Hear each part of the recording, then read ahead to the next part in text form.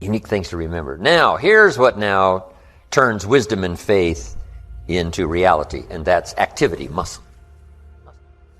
The labor, the work. Some people go for affirmations, but see that I do believe in affirmations, but here's the key on affirmations, and that is to affirm the truth.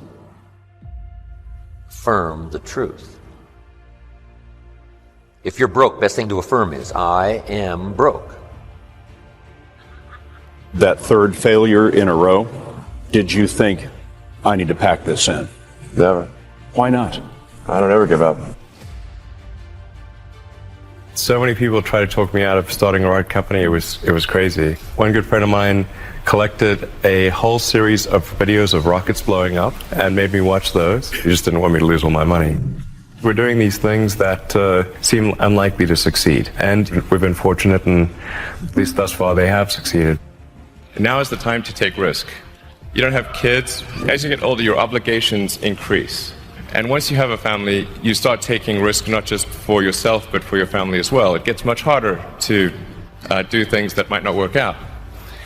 So now is the time to do that before you have those obligations. So I would encourage you to take risks now. Do something bold. You won't regret it. Ted Turner just gave his 75th anniversary party on CNN a few months ago. And he makes a couple of comments, and he says, number one, and I'm not suggesting this for everybody, it's how I live though. First 10 years of my starting CNN, I slept on my couch. I didn't have an apartment. Bill Gates slept in the office. Steve Jobs slept in the office. And I can go down a whole list. Now these are super successful, mega wealthy guys. I slept in my office. Not everybody's willing to make that sacrifice. But it's not the only thing. But even if you don't sleep in your office, if you want to send your kids to a better school, if you want to be able to take care of your mother when she gets dementia, if you want to, this all takes money.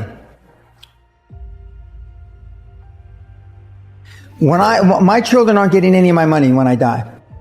Not one centavo, not one penny. And two of my kids are cool with it. One of them's not so cool with it. I'm not going to, I think Andrew Carnegie, by the way, Andrew Carnegie, arguably the richest, most successful entrepreneur of all time, he said the best thing that you can have for a child is him to be born into poverty. And I agree. Here's a whole wide range of things that we need not lack for appetite of things to accomplish. And that's called the promise of the future.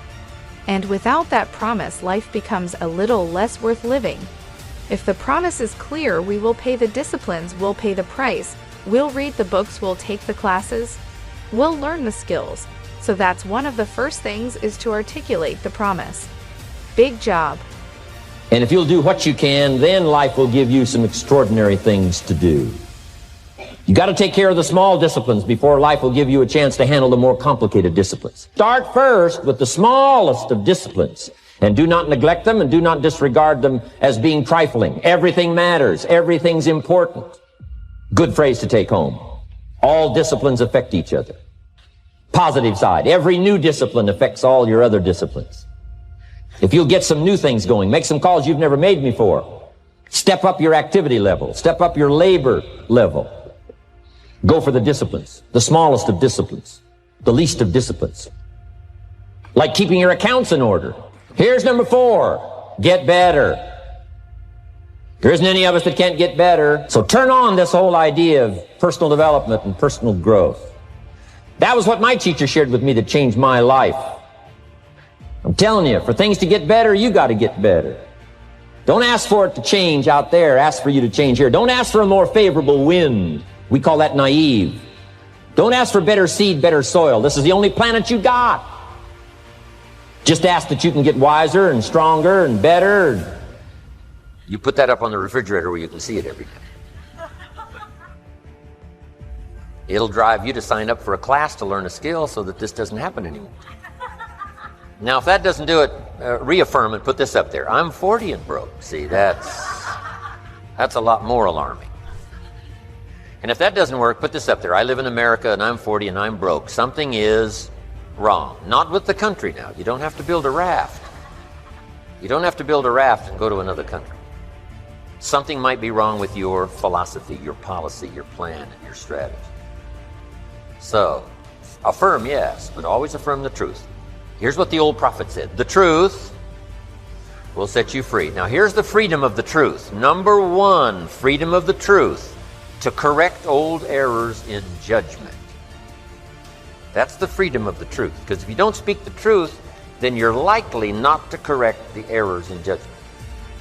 If something's wrong, but you say, hey, it's fine, it's fine, it's fine, how are you going to correct the errors in judgment that made it wrong? See, you can't say it's fine, it's fine, it's fine, and finally it turns out to be fine. Say, no. The only way to go from wrong to fine is not by affirmation. The way to go from wrong to fine is to figure out where the errors in judgment were by speaking the truth. Something's wrong here, finding out what's wrong, making the changes. Now it can go from wrong to fine. Here's a good phrase. Affirmation without discipline is the beginning of delusion. Now here's what else the truth does. First, it sets you free to correct old errors in judgment. Here's what else it does. Helps you to set up new, easy disciplines. To turn wrong into right.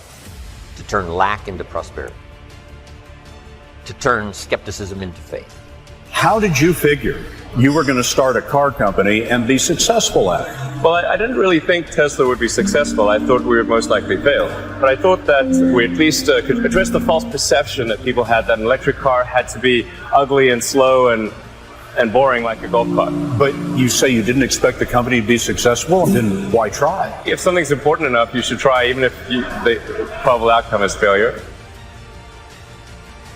Or how do you think about making a decision when everyone tells you this is a crazy idea? Or where do you get the internal strength to do that?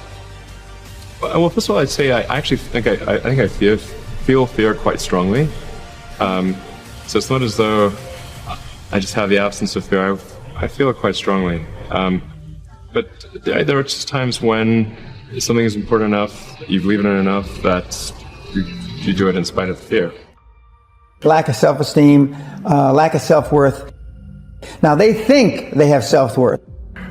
They think because they've made a few bucks. But in actuality, and when they measure it against the other 8, 10, 12 people sitting around the table, they realize, or they start to question, hell, maybe I was just lucky. Now, all of us, when you're only a one-trick guy or gal, think, was I lucky? Now, I've done it so many times, I know I wasn't lucky. I might have been lucky the first time, but I haven't been lucky the 15, 20, 40, 50. I know that. Okay. But maybe I was lucky the first time.